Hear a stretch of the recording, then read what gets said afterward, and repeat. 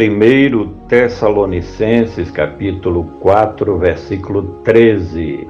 Não quero, porém, irmãos, que sejais ignorantes acerca dos que já dormem, para que não vos entristeçais como os demais, que não têm esperança.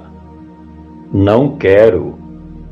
Percebe-se a preocupação do apóstolo com seus filhos na fé e com todos aqueles que faziam parte da Igreja de Cristo Jesus na cidade de Tessalônica. O que o escritor passa a recomendar aos seus leitores certamente eram assuntos recorrentes naquela cidade. E alguns já haviam partido desta vida para a outra em meio às perseguições dos judaizantes, das autoridades romanas e dos líderes das seitas heréticas do paganismo. O conselho do apóstolo era no sentido de poupar os irmãos de perderem a esperança em meio às tribulações, perseguições, prisões e até a morte de alguns cristãos verdadeiros em Tessalônica por defenderem a fé cristã. Não quero, porém, irmãos, desde os tempos mais remotos da humanidade, que os seres humanos se consideravam irmãos uns dos outros, por pertencerem à mesma árvore genealógica, de um mesmo tronco chamado Adão e Eva. Já os judeus se consideravam irmãos por pertencerem aos patriarcas Abraão, Isaque e Jacó, portanto, de uma mesma família. No que concerne aos cristãos, todos se consideravam irmãos uns dos outros, porque nos afirma o Evangelho que somos todos filhos de um mesmo Deus, por meio de Cristo Jesus, além de que fazemos parte da mesma família, a família de Deus, a família divina. Não quero, porém, irmãos, que sejais ignorantes. O homem natural é absolutamente desconhecedor das verdades sobre a vida após a morte biológica ou a morte física.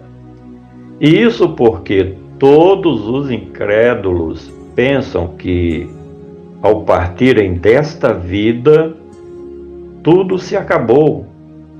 E usa isso como pretexto ou desculpas para tentarem fugir das responsabilidades que têm de prestarem contas das suas obras perante o juiz dos vivos e dos mortos. Porém, a Igreja de Cristo é sabedora de que a morte física ou biológica é o portal da eternidade para a salvação em Cristo Jesus. Ele que veio justamente para nos trazer a esperança de salvação e de vida eterna. A grande esperança do povo de Deus é justamente esta: participar do arrebatamento da igreja e ser envolvido eternamente com a salvação e a vida eterna. Não quero, porém, irmãos, que sejais ignorantes acerca dos que já dormem, Enganam-se aqueles que pensam que a morte física ou biológica é o fim da história dos seres humanos. Para os remidos em Cristo Jesus, a morte física ou biológica é apenas um sono, porque quando acordarmos, estaremos para sempre com o nosso Senhor, o que o Evangelho chama de vida eterna. Os que já dormem em Cristo são todos aqueles que partiram desta vida e aceitaram a Cristo como Senhor e Salvador, e que estão no paraíso, aguardando a volta do Filho de Deus, que vem buscar a sua igreja, que ele comprou com a sua própria vida ali na cruz do Calvário. Não quero, porém, irmãos, que sejais ignorantes acerca dos que já dormem, para que não vos entristeçais. O mesmo escritor, em uma de suas cartas, escreveu o seguinte: se os mortos não ressuscitam, é vão o nosso trabalho.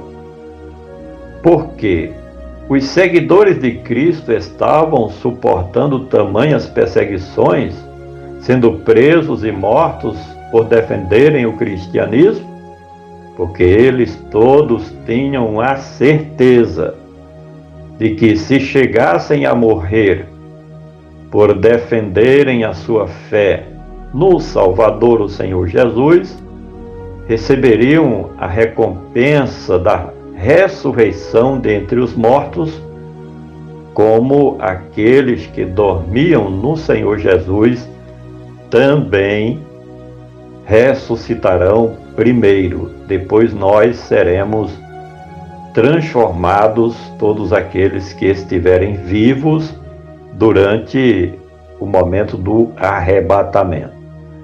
Não quero, porém, irmãos, que sejais ignorantes acerca dos que já dormem, para que não vos entristeçais como os demais.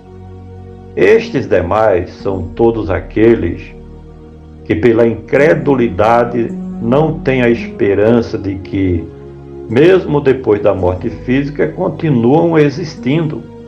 Os ímpios não acreditam na vida após a morte biológica, portanto, não acreditam em vida eterna ou na salvação, de acordo com o que diz o Evangelho do Senhor Jesus. Finalmente, para que não vos entristeçais como os demais, que não têm esperança. Os que não vivem de conformidade com as boas novas do Evangelho de Cristo se comparam aos animais irracionais. Isso porque eles não acreditam na imortalidade da alma e do espírito, portanto, não têm esperança de salvação ou vida eterna, o que é lamentável.